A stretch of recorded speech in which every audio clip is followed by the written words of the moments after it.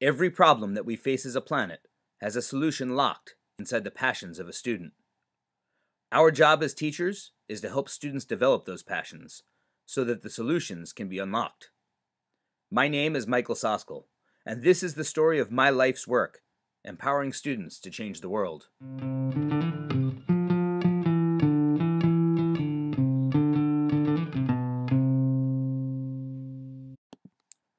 18 years ago, I excitedly accepted an offer to move back to my hometown to teach. Despite the fact that 60% of our families live in poverty, and 1 in 4 of our students has a parent codependent on drugs or alcohol, I knew that I could make a difference here. I recognized that it was my calling in life to use education as a tool to bring hope to those in need. Early in my career, I found ways to integrate service projects with the required curriculum to allow students to feel how much they mattered. We learned fractions by cooking holiday meals for those in need, designed giant peace displays on the school lawn for World Peace Day, and found countless other ways to help those in our small town who were in need. We can make a difference. Please donate food today. Because of these innovative ways of teaching math through real problem solving, I was awarded the Presidential Award for Excellence in Math and Science Teaching by President Obama and the National Science Foundation. As the internet expanded our ability to connect with others around the world, our classroom focus expanded as well. We had created a culture where students wanted to do good for others, but being from a small rural town, they didn't know much about other cultures. It's hard to change the world when you don't know much about it. We used free video conferencing like Skype to engage in cultural exchanges, mystery Skype games, and to bring content experts into our classroom to share their passion. Hello, Kaylee. Thank you for your interest in doing about Nigeria. And so I'll just be answering your questions one after the other. But first and foremost, my name is Kemi. I'm a Nigerian and I live in Nigeria. Do you have any other questions for us?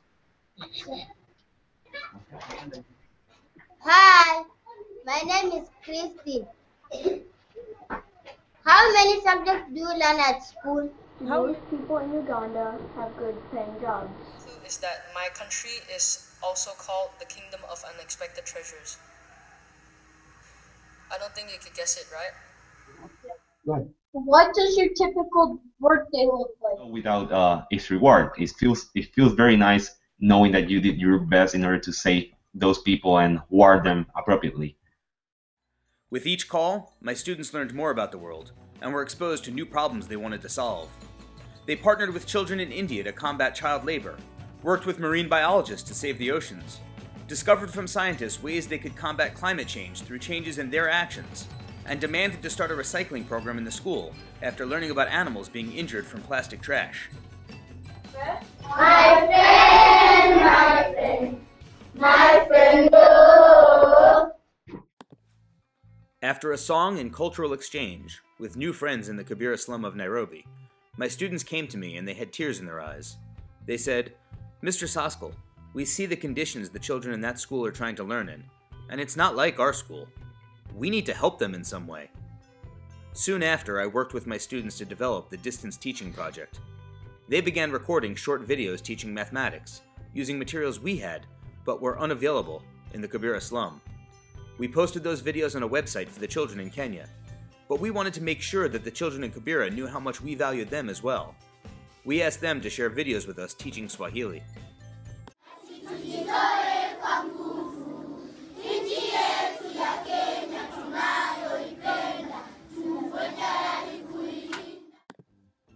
After a few months of exchanging videos and sharing our project with others online, teachers from around the world saw the power of global service learning and asked to join us.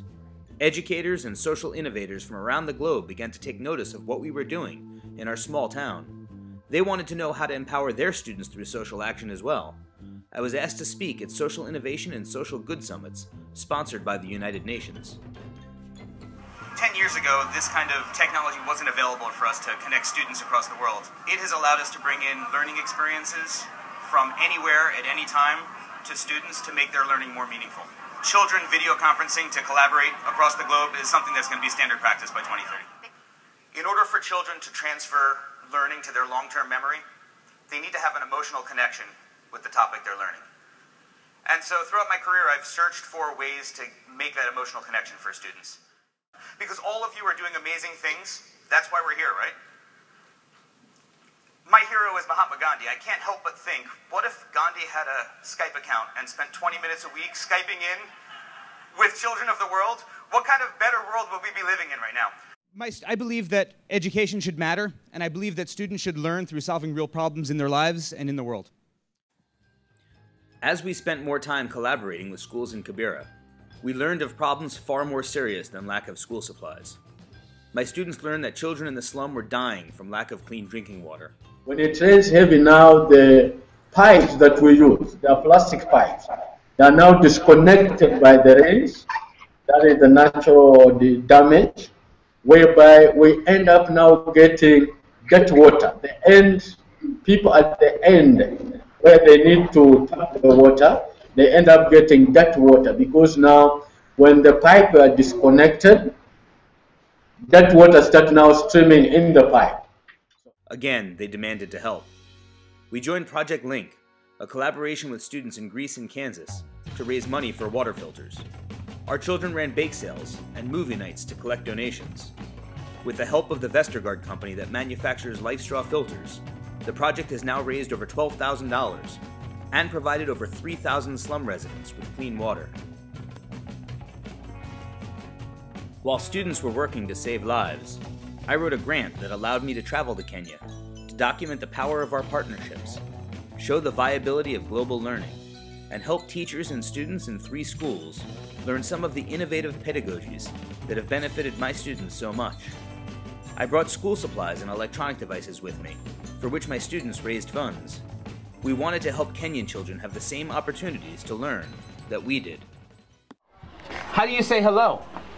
Habari. Habari. And how do you say goodbye? Bye bye. Habari. Kwaheri. Kwaheri. Kwaheri. Kwaheri. Do you have president? Yes, we've got a president. We had elections in February, so right now we've got a new president in Greece. Yeah, in mathematics class, what I'd love for the students to do is to use the materials to model the math concepts that they learn, like addition and subtraction and multiplication. Yes. So you have Skyping with how many people? Oh, I Skype with a lot of people. Every day I have many Skypes, and I have friends all over the world that Skype with me and that Skype with my students to help them learn. How does Skype help you? Oh, Skype helps me a lot because, do you know what I found, Yvonne? I found that the more people you know and the more people that you talk to, the more people you learn from.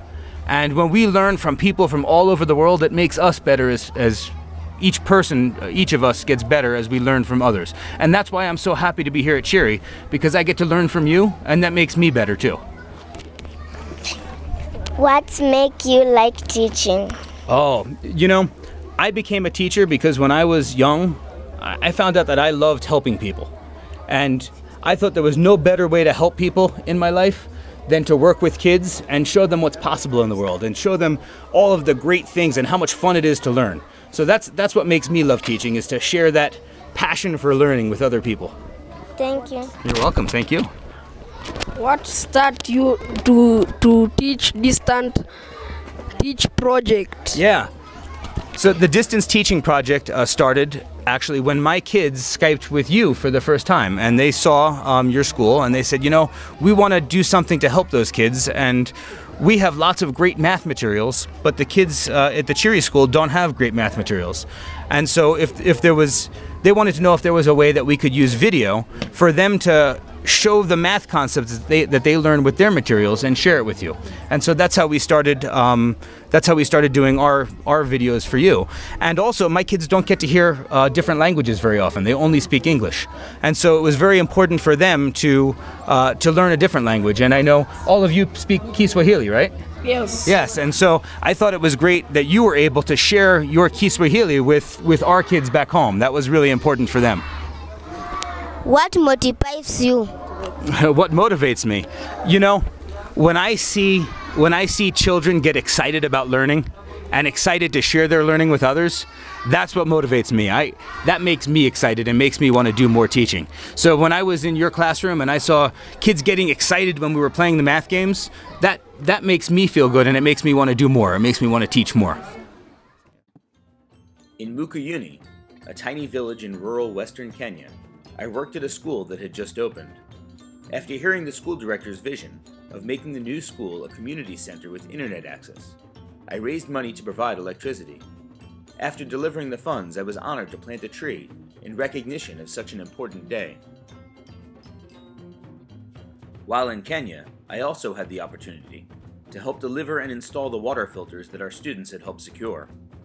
It was especially emotional because a cholera outbreak had killed 12 children in the slum that week. Delivery Day was one of the most powerful of my teaching career.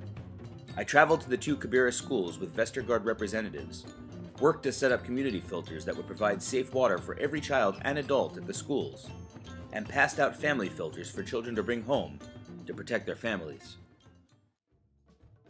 At the end of the day, I set up and facilitated a 7-school group Skype call, which included all 5 schools that raised money for the filters, and the 2 schools that received them. As the call progressed, tears began to flow. The Kenyan students I was with were hugging their new filters I had just passed out, and crying with joy because they no longer had to worry about dying from dirty water.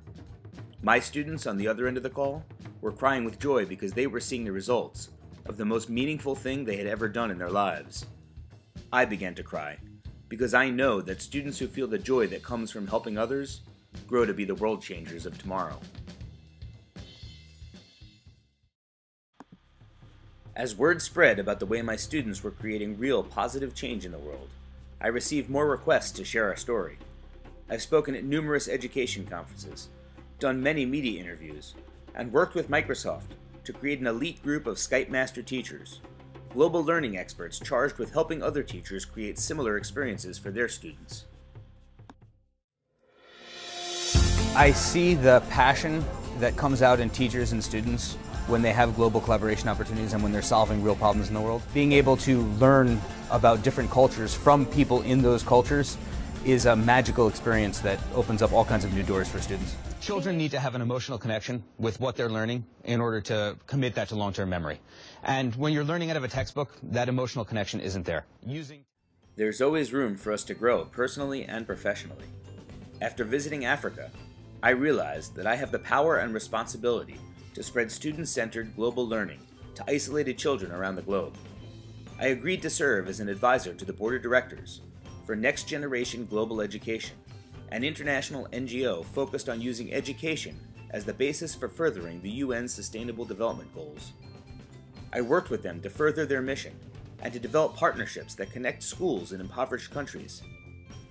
The Global Garden Project I developed has my students partnering with schools in Cameroon, Uganda, Venezuela, Dominica, Nepal, Morocco, the United States, and Kenya to develop gardens in each school that support their local communities. So many of the problems in this world are based in misunderstanding and fear of people who are different. Children who grow up collaborating with different cultures realize that we have much in common, and that differences are learning opportunities. When we travel, be it physically or virtually, we get to assimilate the best parts of each culture we encounter into ourselves. I know this because I've seen it in my students. They give me hope for the future. The passion for helping others that they have developed is unlocking the solutions that we need.